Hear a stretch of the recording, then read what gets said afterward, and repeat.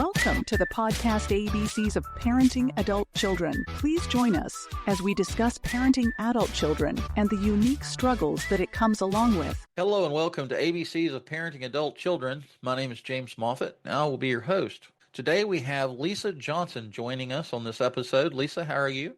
Good. How are you, James? I'm pretty good. So Lisa, do me a favor and introduce yourself to our listening audience. Okay, so I'm Lisa Johnson. I say I'm the female half of Been There, Got Out, and my male partner and I are high conflict divorce strategists who help people going through the worst situations, difficult divorces, separations, custody battles, and co-parenting hell have the chance of the best outcome in family, court, and beyond. We support men and women all over the world. I personally was in the legal system for 10 years with my own case and represented myself for 7 years and prevailed, and it took a long time, but justice was finally served. And my case is published in the Connecticut Law Journal, so now it's case law for the state. So my partner and I have a weekly legal abuse support group with people from, again, all over the world. And we basically strategize and we help parents in particular deal with issues during and post-divorce, like how are my kids going to be okay,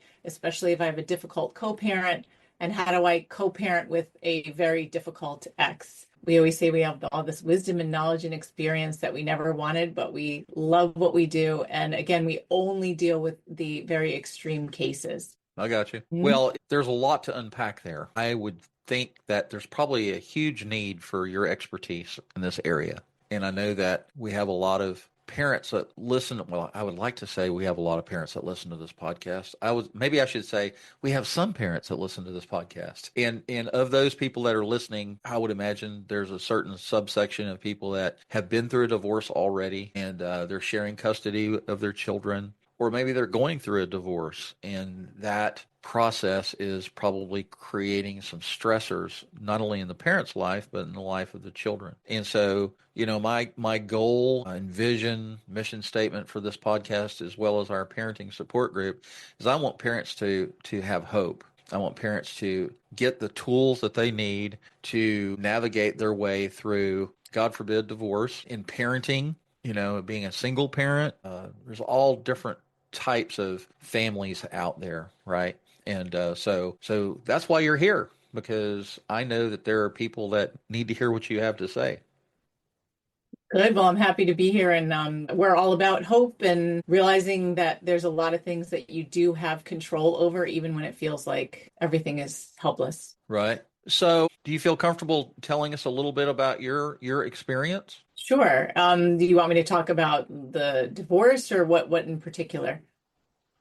Yeah, you can talk about that. Yeah, so I was with my ex-husband for 20 years and thought he was like a best friend. Of course, there's a couple of issues throughout the marriage, as in any, but then about 18 years into it, I realized that he had been living a double life, basically since before we even got married. And after some long, hard thought and multiple attempts at counseling with a variety of counselors, I decided that it was really more painful to stay than to go, especially after somebody breaks your trust over and over. I have 2 kids, a boy and a girl. And at the time that we did separate, they were 14 and 11. And I really believed that it would be amicable. I thought that my ex was a good person who had done some bad things. And I was afraid to get a divorce because I didn't want to ruin the intact family. And Right. That was something that my ex used against me as well. He kept saying, if you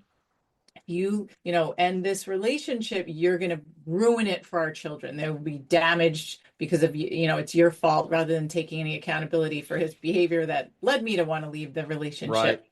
Right. So, but finally, after 2 years of the marriage kind of being over in my head and doing everything I could to try to keep it together, I made the decision and I talked to a lawyer, and the lawyer said, in 20 minutes in, he said, yours is going to be a really bad one. And was astonished because my ex and I didn't really fight. I didn't think we fought that much, except, Right. those last couple of years. But he was right. And the divorce took a full year and $100,000, which I'm going to be paying back for probably the rest of my life. Oh my God. And then I've been in the legal system total of about 10 years, and 7 years I represented myself because the divorce just financially decimated me. And I had a Right. wonderful attorney, but he said, you can't afford me and your ex isn't going to comply with this agreement. So you have to be ready to go and do it yourself. And so I did. So I went through about 100 court appearances in 2 states, Oh and my. yeah, learned a lot along the way. And of course, my ex didn't like any of the court orders because he kept losing, and so he appealed 4 times. And then I went to the appellate court, and against the advice of people, the retired judge who said, this is very serious, Lisa, you might not want to represent yourself because you could lose. I said, no, I'm already, out so much money, and I've learned so much along the way. I'm going to do Right. it myself. So I did it.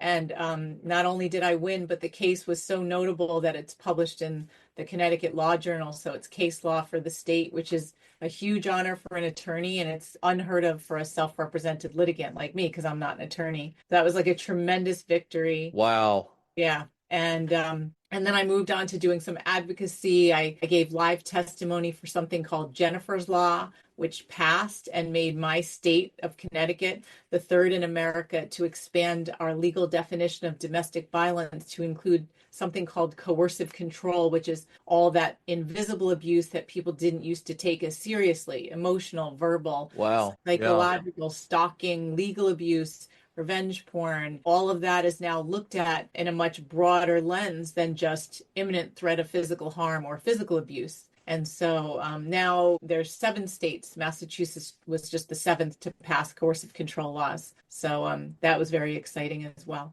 That was very educational. I didn't know anything about that. Yeah, yeah, Um, and I think it's important to illuminate to the listening audience that this is a decision that you didn't just make on the fly, no, and that you were in a relationship where your partner, husband, best friend had violated your trust on multiple occasions, and I'm sure there was a lot of love involved there. Uh, uh, why do we get married, right? Because we love one another, and we right. we have we have dreams of living together forever, and the white picket fence and raising kids and all this kind of stuff, and so you went through probably stages, there's probably a whole panorama of emotions that you went through. You went through anger and resentment, and trust was violated, and probably went through denial, and you did everything you could to keep the marriage together and keep the relationship together for the sake of the children, right? Of course, for the sake of the children, right? Because we want our children to be raised in a wholesome, safe environment where they get the love and affirmation and all the things that kids desperately need from their parents, right? Yes. And so at some point you finally said, well, enough is enough. You rounded a corner at some point and went, I don't like what I see back there, and I don't see it getting any better, right? I felt like I tried so hard. I mean, we had been through multiple couples counselors. There was one that had known my ex. She had been his therapist, which probably wasn't the best idea for us to go see her together after she had been his therapist. But she suggested it, and she said, come to me for six. Like when I started discovering all, you can imagine the things I started discovering, and every weekend it was worse and worse, and more kept coming out. And so Right. I was ready to go emotionally. And this therapist said, well, why don't you see me for 6 months? And that way you can realize you've done everything you can to keep the marriage intact. And then after 6 months, if you still want to go, then go, but really think about it. This is a long-term marriage. And so at the beginning of seeing the therapist, she had us come to an agreement. My ex had been having one of many affairs. This one was online with a much younger person who I didn't even know, if this person was real or what the deal is, because, over the internet, internationally, who knows who you're actually talking to. Sure. He Sure. completely believed it. And so the therapist said that, if we were going to do couples counseling, that he had to commit, he had to make a decision. He could continue his affair and end the marriage and let me go. And then, or he would commit to at least trying therapy. So he made the commitment to doing therapy, and we did it for 6 months, and then found out that he had never ended the affair. He had lied to the therapist. He had lied to me. He had set a bunch of rules in place in terms of loyalty mattering more than anything, but it was really my loyalty, and he hadn't actually made the commitments that he said. So that was absolutely devastating. And one of the emotions that you didn't mention that I went through that I think most people go through at the end of a marriage is grief. Oh, And sure. it's so complicated because even when the person has done terrible things, you have a life together, and you did love Sure. this person, and it's not just grief that the marriage is ending, it's grief for those future dreams that you talked about. It's grief for your identity as a wife or a husband. You feel like a failure. Was the first person in my family to get a divorce. My parents have been married for like 60 years at this Oh, point. wow. Yeah, Wow. 61 years. So I didn't have that in our family. And there was a lot of shame associated with this. You think I'm going to keep trying and trying and trying. But after a while, when someone keeps breaking promises, not just in the past, but doesn't really commit to making things better, you say, it can't just be one person, who's trying. So Right. I did make the decision to go, and I'll never forget the day. It was like I said, it was about 2 years after the first thing that I had found out about the latest online affair. And my ex seemed very concerned about his own happiness. It was always like, I need to be happy. And, we'd have hours and weeks of conversations about his happiness and what he thought was right and all of that. And I just remember one day he had done something again that broke my trust. And he said, I looked down at him and I said, I think I'm realizing that what you want is completely different from what I think is best for our family. You keep talking about your own happiness, and all I keep talking about is keeping this family intact, and just Right. doesn't seem like it's working. So that's it. Like, we're done. We're just not on the same page. So Yeah, he that, was being very, very selfish. yeah. And you're right. Grief is a hard thing, and I mean, 18 years. I can't imagine. My before we started recording, I told you about my first disaster, and we were only married for I don't know 2 years, 2 or 3 years maybe at the most. And I have a son, Jeremy, from that relationship. He's 38 years old, and uh, he was probably the one good thing that came out of that relationship. And we were both super young. We were in our 20s. We were in lust and not in love. We thought we were in love, but I think it was the other one. And we actually met in church. And Really? yeah, oh, yeah, yeah, we met in church. And anyway, her parents were constantly in the middle of our business. I remember the day that she told me that there was no man good enough for her daughter. And Wow. at that point, I don't even think we were married yet. I think at that point, alarm bells should have went off in my head. And I should have went, this is not going to turn out very good. And I think all couples hope and pray that both sides of the family are going to be accepting and loving and compassionate and show empathy. Maybe that never happens. Maybe I'm being too optimistic there, but I think there's always one side or the other. It's like, oh, they're horrible people. You shouldn't marry them, or they got this big laundry list of stuff. This is the perfect idea of your mate, right? They have this in their head of who you should be marrying, and if that person doesn't meet their criteria of the perfect mate or the perfect husband or wife for their precious child, then it's all over with. It's like and in-laws can make or break a marriage, right? But you're madly in love with the other person, and you're like, oh, I can overcome all obstacles, right?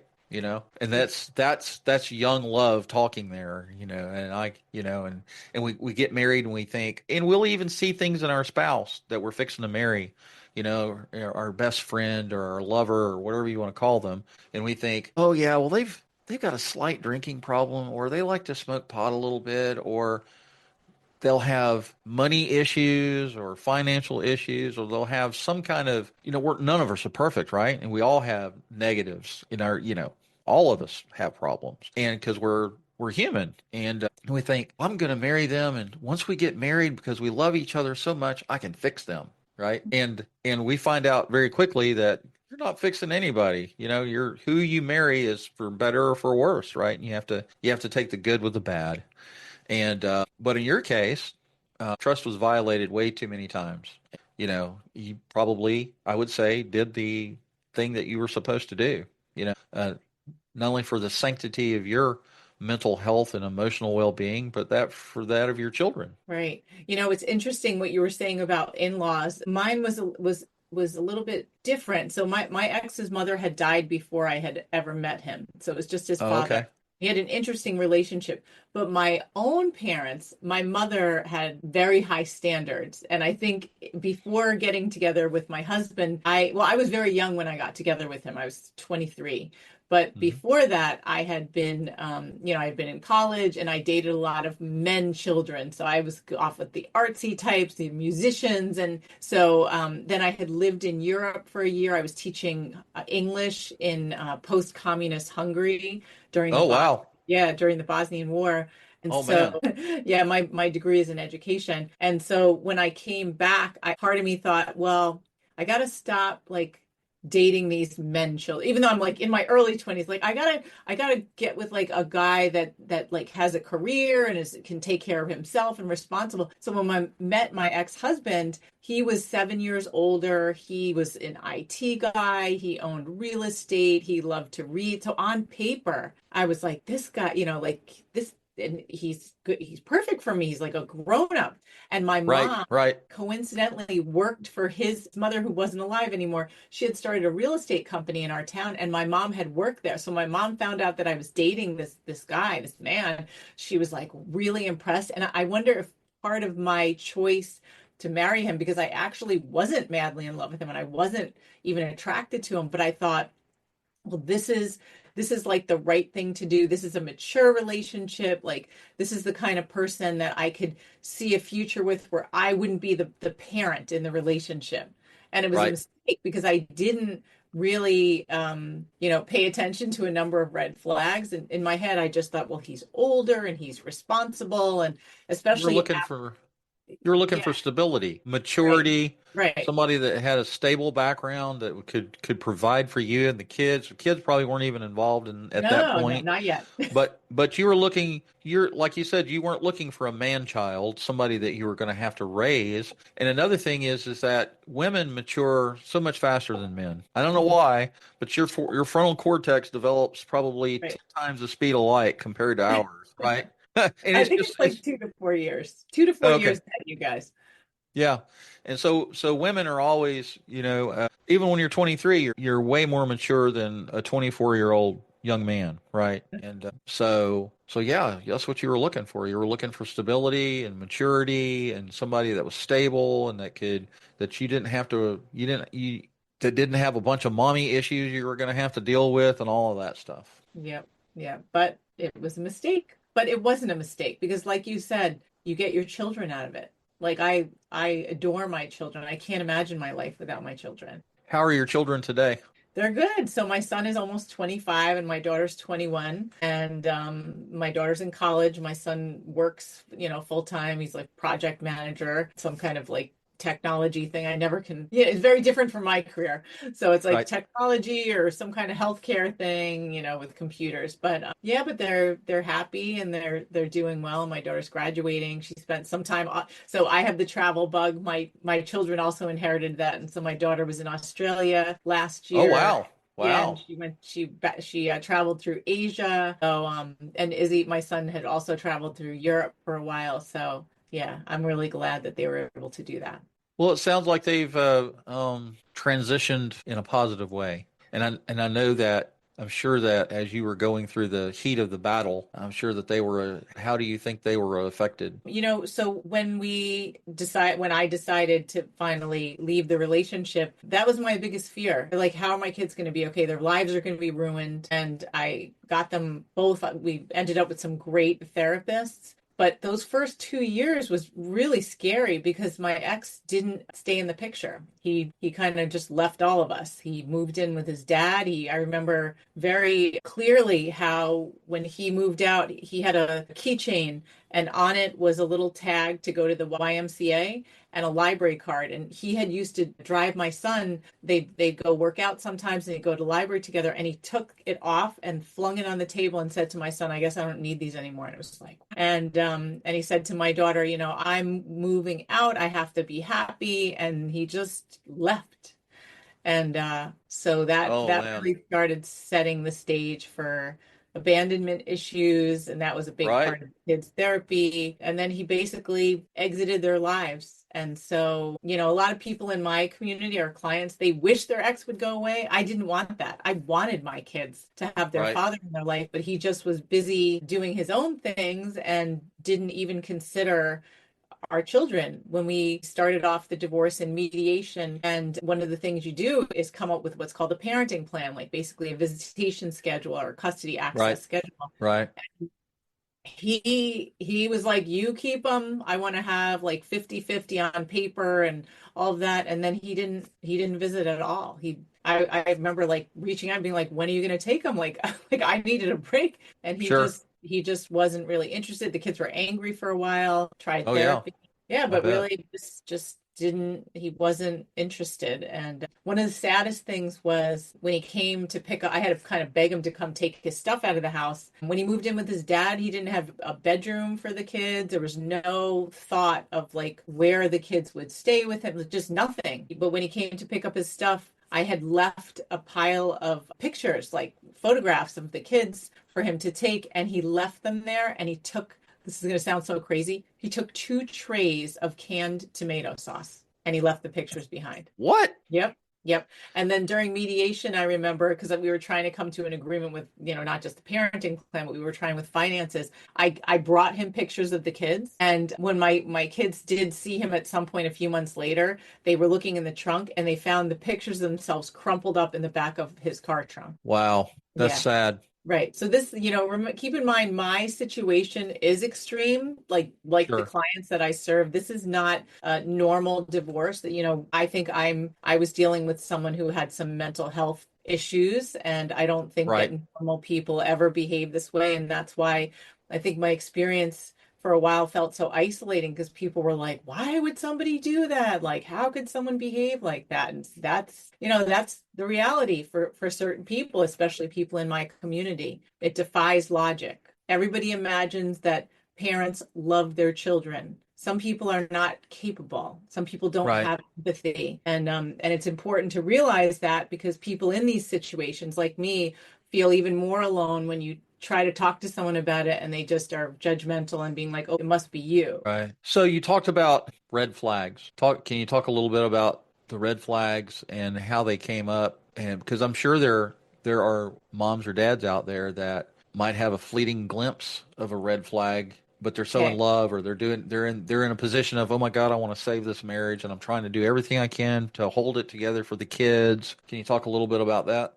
Yeah, and as you're asking me that, I'm thinking, should I talk about red flags in a relationship, like when you're first getting together, or red flags with the divorce? But now I'm thinking I could kind of blend them together. Let's say at the beginning of a relationship, one red flag is when you feel like it's love at first sight and there's all of this chemical attraction. That actually, I learned later that when you feel such a strong pull towards someone, that's actually a fear response. That's your adrenaline going. But in our brains, we see it as this romantic thing, but it's really Right. like danger. It's a danger signal because something is telling you this is familiar and it's scary. So be wary when you feel like an instant pull towards someone to try to slow down a little bit. And that kind of goes into the theme with my own relationship with my ex. We moved in pretty quickly. My ex-husband, when we first started seeing each other, he basically interviewed me as a candidate for a wife. He told me that he dated many women, but like not many were marriage material. And he basically made me feel like I was really special and different from the other women that he dated, which is fine. But then like moving in quickly was that like looking back, that was a red flag. Like we really should have gotten to know each other a lot better Right. before moving in together. So that was a mistake. There's like cycles in toxic relationships. In that first phase, it's called love bombing, where somebody makes you feel, they put you on a pedestal. You're just so amazing and the most Right. spectacular person. And then once you get together, you don't just keep getting to know each other. It becomes like a devaluation phase. So after a while, they start seeing you that you're a human being. You're not just like this fantasy person. Right. And then they start picking at you. And a lot of, you see like nothing you can do is right anymore. A lot of people tend to be very highly critical. And then at the end, the last part of it is a discard. But before I get to like a discard and a breakup of a relationship, I'm going to think about some of the things that I interviewed my attorney about regarding how he knew that mine was going to be really bad. Like when I Right. thought everything is fine. So talking to him a couple of years after the divorce was over, he said one of the indicators, and this is the same in a relationship, is when someone has an addiction or a mental illness. Because an active addiction, I'm not talking about someone in recovery, but when someone has an active addiction, they can be very selfish and they often aren't even thinking in terms of what's best for themselves because their judgment is impaired. So when you're Right. dealing with someone like that in a relationship, and especially during a divorce, it's very hard to proceed with logic because they're so consumed by whatever it is that they need, like an addiction, that comes first. And so they don't think about the long-term consequences of their choices, which make things really hard. And my ex certainly had some issues with that. The other thing that I should have paid more attention to was hiding assets, or also known as financial abuse. Financial abuse covers a lot of things, but financial abuse is present in 99% of abusive relationships. So that's where there's so many things that can happen where you have to ask permission for money, like you get an allowance where you don't have like transparent knowledge about what exactly is going on with the money. My ex owned a number of real estate properties, and he always told me that was like separate and that was like his money and that he and his sister did it. I didn't realize that he was doing all kinds of things with our joint tax returns. And I wasn't really paying attention to stuff that was happening with the money. I didn't check anything. And a lot of times things he would say didn't really make sense. Like he'd say, oh, we have all these properties, but they're not making money and we have to take money out of our joint account and like fund these properties. And I kept thinking, well, why? Like why would you keep them if they're not making money? And for Right. years, for decades, like that doesn't make sense. And he'd be like, oh, you don't understand. And he used to have bills sent to a different address, like his sister's address. So I was really left out of the loop. And then of course, during the divorce, like a lot of stuff came out and I Oh thought, my God. Yeah, I wow, like bet. I don't even know what I had been signing. And so that's like a huge red flag. And I often say that when you're with someone who's kind of like what's mine is mine and what's yours is mine too, that's also something to watch out for. But it's Right. not that everybody has to have tons of knowledge about the money, because often in a relationship, like one person is a little more responsible with money, but the other person shouldn't be obstructed from In the having dark. information. Right. Yeah. So that's just a couple of things I'd say red flags to watch out for. That's good. Yeah. Where do we go from here? There's so So many we, directions games we could go. I know, We I go know. That's all what over the place. yeah, I'm sitting here and, one of the things you were talking about, but especially when it comes to money, and that also ties into trust, is transparency. It's Mhm. like I know of a lot of different people that they have separate checking accounts, separate saving accounts. They have their own credit cards. And in and of itself, that's not a bad thing as long as people are transparent about what's going on. My wife and I, everything goes into a joint account. She has access to it. She has full access to it. I have full access to it. Savings is the same way. Now I have credit cards that are in my name that I'm responsible for, but I also use it for us, right? If we need to go get groceries or if we need to fix a flat tire or whatever and we don't have enough money in the checking account, then I'll pull out one of those credit cards and use it for what that purpose, for the emergency purpose it's there for. But there has to be for trust to flourish, there has to be transparency, right? Yeah, I mean, you're describing a partnership, Right. like a healthy partnership. Right. That was not present in my relationship and in many, many people's relationships. Well, I'm sorry that you had to go through that. However, I would probably say you're a lot smarter and a lot wiser and maybe even a lot happier on the other end of that nightmare. Oh my gosh, absolutely. I mean, I met the love of my life after that, and we have a business together. He's the male half of Been There, Got Out. There you go. That's wonderful. How long have Yeah. y'all been married? Well, we haven't been married. Part of me is a little bit scared of marriage, but we've been together for 10 years. I got you. Katie and I have been together for 34. We're working on Wow. 35. Oh my Yeah. gosh, congratulations. We've been around the block a couple of times. So one of the things that you said, which really kind of tickled me, I interviewed Katie as well. We met in church, and we met at First Baptist Church, Katy Freeway in Houston, and that's where I met my first wife, right? So Katie met me at First Baptist Church, and they had a divorce support recovery group that I was in, and they had what did they call it? A Christian Life Center.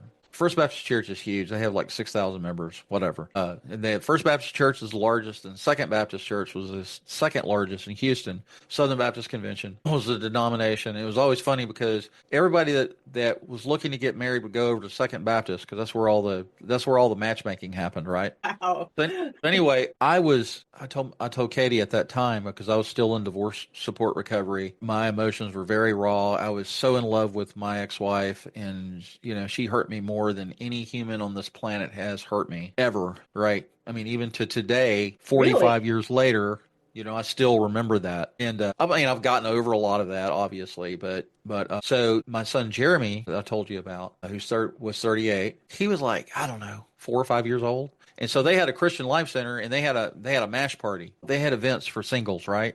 And so I was not looking for a relationship or anything. And Jeremy was with me. It was my weekend to have him, and so he was off on the. We were playing volleyball, co-ed volleyball in the gym, the Life Center. And I was playing volleyball, and Jeremy was over in the corner. Well, Katie came in and said, because she was single, she's like, "Hey, do you mind if I hang out with Jeremy?" And I'm like, "Sure, why not?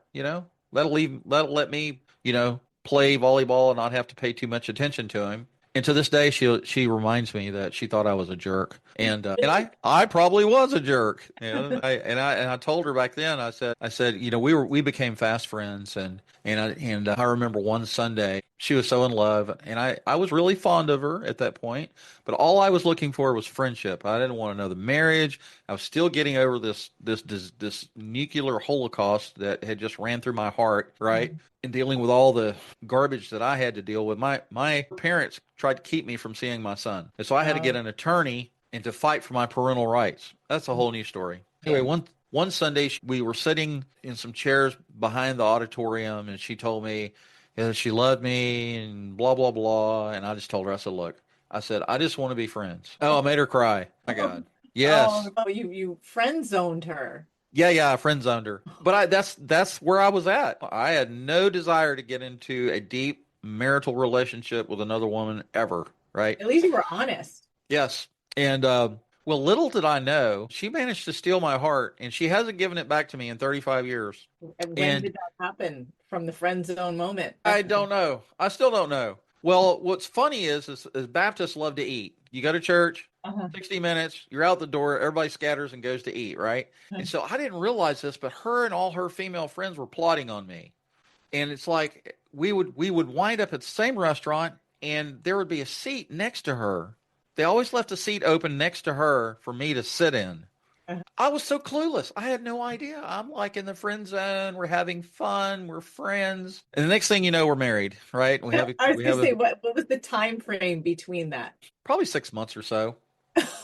Oh, And I told Katie, I said, at some point the relationship was getting more serious and more serious and more serious, and there was more physical attraction and kissing and all this kind of stuff. And I told her, I said, I'm not going to get married unless I see a burning bush in the middle of I-10 outside of the church. It's got to be a burning bush in the middle of I-10 at noontime. At noon. And Jesus, I guess I saw instead of a burning bush, I think it was an automobile accident that caught on fire. Or something. So anyway, at some point she stole my heart, and I'm following around like a puppy dog, going, "Okay, I'm in love. Let's get married." We're still married, and marriage is a lot of work. It's a lot of commitment. It's a lot of communication. It's a lot of forgiveness. It's a lot of compassion. It's a lot of empathy. I could write a book on it. Anyway, and I can write a book. I'm a subject matter expert on how to destroy a marriage and how to not have. You know what I'm saying? My experience going through that divorce, I learned a lot, and that was one of the reasons I didn't want to get into it again. I didn't want to get into another relationship. And then her and her female friends stole my heart. I don't know what they did with it. One day I woke up and I was like, I'm in love. Yeah, I know. So anyway, I went down that rabbit hole for a reason, and I'm not sure what that reason was. Maybe it was when you said, "I'm sorry this happened, but I bet you're happier now." Right. So yeah, we've both had failed relationships and have experienced the aftermath of those failed relationships, and we've both certainly learned a lot of hard lessons. And I would say your situation was way worse than mine. No, well, you know what? Something I always tell our clients is don't minimize, because for you to be 40 something years later and still remembering this as someone who hurt you more than anyone, that's not little. It doesn't matter that you were only together a couple of years. You That's know, true. people Yeah, can cause devastation. And for me, when people say, I'm sorry you went through it, I'm like, no, don't be sorry. Like, I'm glad I went through it. I'm really glad. I didn't wish it on myself. I wouldn't wish it on sure. anyone. Wow, did I learn so much along the way? I mean, through the marriage, but especially during the divorce and post judgment these past few years. And I feel like it gave me the best education in the trenches. I'm uniquely qualified to do this niche career that people are like, wow, I didn't know you existed. I had found you sooner. Like Crooks Right. and I help like men and women all over the world who are That's wonderful. feeling with the same thing, feeling all kinds of shame, feeling like they're the only ones, and then finding our community and feeling like, oh my gosh, it's not just me. I feel better. There's hope. There's things that I can do about it. And and learn to trust themselves again and to trust their judgment again. Right. Because that's what you lose Well, along the way. as you go through life, we all go through life, and we all have our struggles, we all have our addictions, we all have our ups and downs, and we deal with emotions and mental issues. And just I always tell people on this podcast that relationships are complicated, right? Mhm. They're very complicated, and when they're complicated, their relationships like between parents and children are complicated. And then you know people get together and fall in love and get married. Well, that relationship can be complicated. It's not that relationships are impossible. It's not that you can't work it out. That you can't work through the issues. Just it takes a lot of it takes a lot of willingness to work, and a lot of willingness to fight for what you love, and what's right, right? Yeah, And but that's what you did. That's what you did with your kids. right. But in terms of relationship, I feel like it has to be like you were talking about a partnership. It has to be two people trying, not Right, just one. Because right. when it's just one, what do you have? And often there's nothing lonelier than being in a relationship with someone who either is abusive or negligent, and you just feel like, why am I even like, what do I have? I think relationships ebb and flow. Yes. I think there are times that I'm stronger for Katie and that I'm there for her when she needs me to be there. And there's times I give more to the relationship than she does. And to be honest with you, there's probably more times that she gives more to the relationship than I do. Because she's a very loving, compassionate, empathetic, sympathetic, just a loving person all the way around. So I always say she got the short end of the stick and not me. I don't know. I But think it depends on how she feels, and I have a feeling she's probably pretty happy with you too. okay. Hopefully That's so. what matters. Katie. No, I'm just kidding. She's probably sleeping. So, how can parents recognize high conflict warning signs early? Well, I mean, between like in the relationship or with the kids, or I'll talk about a little bit because you said parents. So let's talk about a little bit with the kids. One of the things that we see all the time, unfortunately, in our community is parents who weaponize children. If they sense that there's an ending, they'll start turning the kid against the other parent. Right. So I think a parent that undermines another parent in front of a child is a big red flag. I think about when my son was really little, when I try to discipline him and I'd say like, okay, you did something wrong, like sit here and, you're in a timeout or whatever it was. My ex would come in and say, oh, Izzy, you don't have to listen to mom. She's just cranky. You can take it back.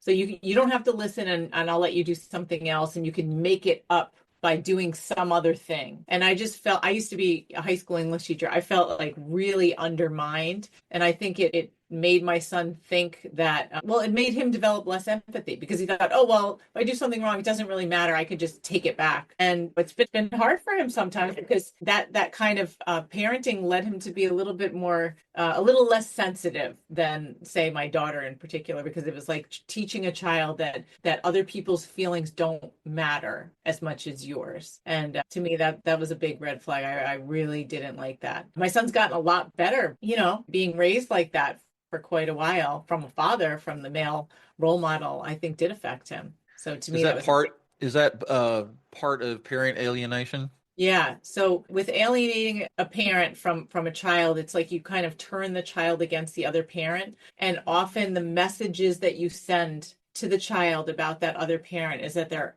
unsafe, they're unloving, or they're unavailable. And sometimes it'll be things that that other parent says that'll mock your behavior, your clothing, your friends, your family, your taste, things that you like. So these little tiny messages often start while the relationship is still intact because the other parent is trying to create what's called like a loyalty bond. And so they want the child to have to pick and choose because the child isn't allowed to love both of you. And that's like a whole other big issue. But definitely that's the kind of behavior that starts while someone's still in the relationship. And only when they look back, they're like, oh, yeah.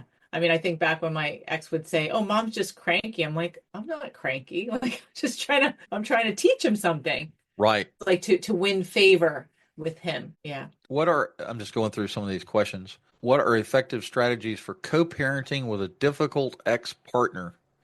All right. So, oh my gosh. So this is a huge question. I don't think we have time to get into much detail, but one of the best ones is how you communicate effectively with that person. And so a lot of our clients get very triggered by the messages that they receive from their ex because they don't realize that you're an ex in our world, our clients' exes, including mine, they want nothing more than your attention, positive or negative. And so they'll communicate with us in ways that get us really upset and keep us like arguing and engaging. And so Right. Chris and I teach something called strategic communication, which basically it acknowledges that you are going to be writing to your ex, but you're really always writing for the invisible audience of, let's say, a judge, because our clients are always back in court, like a judge or a custody evaluator, or an attorney for the child. And the goal is you want to present as the best co-parent ever, but at the same time, you want to start documenting your ex's behavior, the patterns of behavior, and the impact that it has on your child, as well as on your relationship with your child. So all of the engagement about like what'd you do and why, like that we kind of pushed to the side. That's something that's been part of a power dynamic that existed in the relationship. And so we try to teach people how to detach, but still communicate about the children. And doing strategic communication helps turn the power dynamic around. And it also, for court stuff, turns hearsay into evidence and protects them from false claims of parental alienation because often the person who's, when they don't get their way, they'll say, "Oh, you're just turning the child against me." But that's like a huge topic. So actually, hopefully later in the next week or so, we're going to be releasing our first course on strategic communication. It's called How to Communicate with Your Ex Without Destroying Your Case or Losing Your Mind, because that is the thing that drives people crazy, is the communication stuff and learning how to do it properly so they're not still in some ways like married to the person and it's harder than ever. Right. There's a Yeah. lot to that, I'm sure. Yeah. I was saying like we don't have time to get into deep things, but communication, learning proper communication is going to save you. Yeah, communication is key, no doubt. Yep. Yep. And it's Um, counterintuitive sometimes. sure. This will be the last question. How does legal advocacy play a role in resolving high conflict divorce scenarios? So that's interesting, but legal advocacy. So I did, legal advocacy and worked with Jennifer's Law. But a lot of people in our community say, "Oh, I want to get involved. Like, I want to change the laws for my state." But the thing to realize is that justice takes a very long time. That's why they say the wheels of justice grind, Hmm. turn so slowly. So when you're in the middle of a case like this, it's actually a trauma response to say, "I want to work on advocacy," because it takes a lot of energy to deal with your own situation. So my partner Chris came up with a little slide of The Simpsons, and it has people like shouting in a mob, and it says, so we say, "Let the others carry the torches and pitchforks for now, and you have to work on your own case." Like, you need to win your case. This is your life, your family's life. Right. Worry about advocacy later, but Right. focus that energy. It's so easy to get distracted because it's easier to deal with other people's situations than your own. But Right. learning how to deal with your own case, that's you advocating for your family and your children. That's the most important thing. If when Right. you get out of it, you want to be involved in this world of domestic violence and legal advocacy, fine. You probably won't when you're done, but Yeah. advocate for your children and your family and do as well as you can with your own case.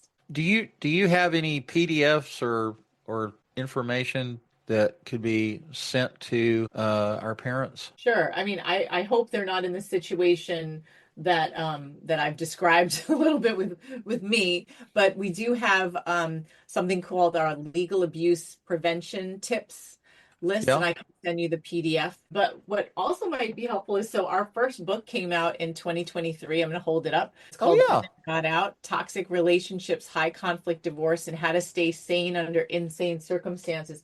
That's like a great way to sort of get a sense if you're on the verge of separating or you feel like something is not right. Right. This is like full of practical, actionable advice. Legal abuse tips, that's like farther down. That's more of like when you're in the throes of it or in the beginning of like some awful situation. But Right.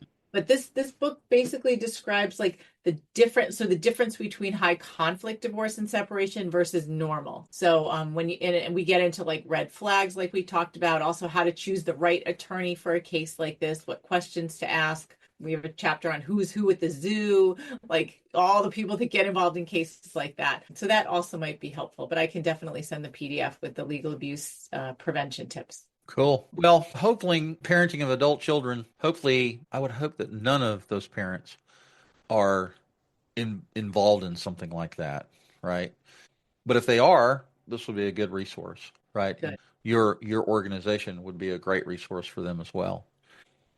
So having said all of that, I want to thank you for being on the podcast episode, right?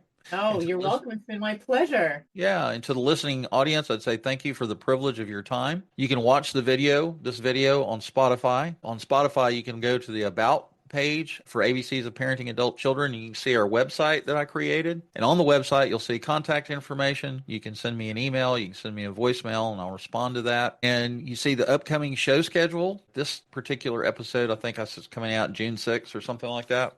And so you can see the upcoming show schedule, and there's a place where if you watch an episode and you like it, or you listen to an episode and you like it, go to our website and click on reviews and leave us a review, so we'll know that what resonated with you. You can also listen to the audio version of this podcast on Amazon Music, iHeartRadio, Apple Podcasts, and Public Radio. I release a new episode every Friday morning at 8 a.m., so stay tuned. And thank you for the privilege of your time again, and have a blessed day. And again, Lisa, I appreciate you being on the show. My pleasure. Please tune in next week for another episode of our podcast on parenting adult children.